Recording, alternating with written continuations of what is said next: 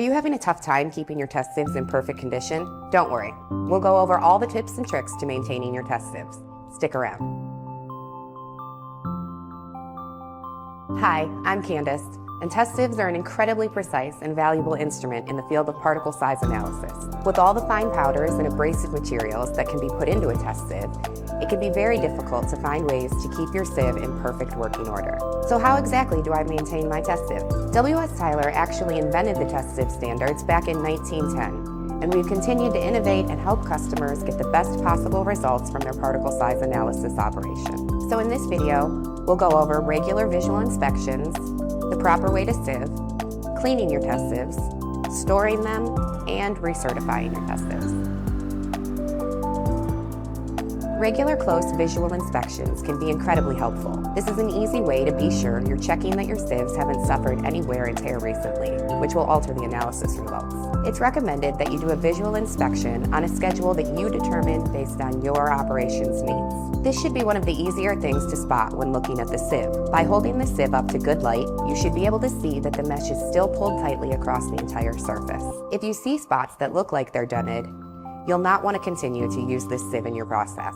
Dents in the sieve can cause the openings in the mesh to stretch out or change size, and this is going to impact the accuracy of your test results. Just like with dents in the mesh, visually inspecting your sieves to see if there's any scratches is also important. Scratches can cause tears or rips in the mesh, and this can alter your sieve analysis.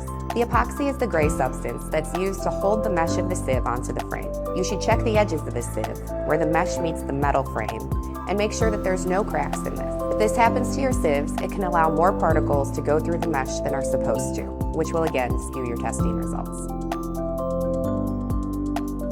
One of the best ways to keep your sieves in their top condition is to be sure that you're using them correctly. If you're hand sieving your material, adding pressure to the sieve to push the particles through the openings could clog or even damage the mesh. The particles that are slightly too big could become lodged in the openings, or even worse, permanently stretch the mesh. Another common mistake is putting too much material in the sieve at once. Doing this could cause blinding, which occurs when the holes in the sieve get clogged up. This stops the particles from free-flowing through the mesh and will skew results. Test sieves should be cleaned after each use to ensure the following sample doesn't become contaminated with previously used materials. To clean your sieve, turn the test sieve over a receiving pan, gently brush the underside of the mesh using a circular motion, and gently tap the sieve frame with the brush handle to remove any particles that may cling to the frame.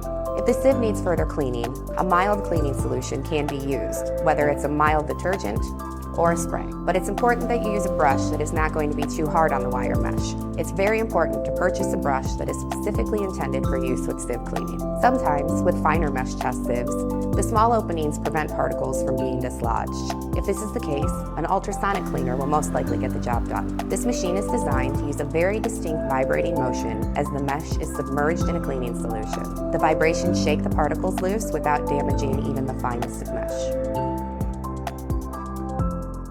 But there are a few cleaning methods that could damage the sieve. Using an oven to dry your test sieves or a dishwasher to clean them can be very harsh on most mesh counts. Air pressure can also prove to be a detriment to cleaning your sieves, since the pressure can warp the mesh. Though it may seem possible, attempting to dislodge particles by hand usually ends with the mesh being scratched or dented. Acidic solutions should also be avoided, since they can also corrode the mesh. And since woven wire mesh is an incredibly precise and accurately made product, attempts at repairing the mesh through welding or other means will only damage the mesh's accuracy and integrity more. Test sieves need to be stored in a clean, dry, and controlled environment. In order to keep the sieve in its optimal condition, it cannot be stored in a wet place or in a rapid temperature changing environment. This could damage the sieve, particularly the epoxy.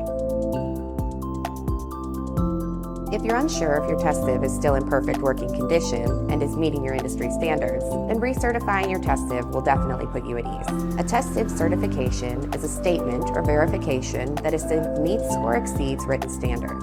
It's an assurance that a sieve was manufactured and performs to a certain level of performance. If the sieve meets the level of certification required, it passes and is given back to you with a verification of the openings and other technical information. If the sieve does not pass, you'll be informed and can start the process of purchasing new test sieves.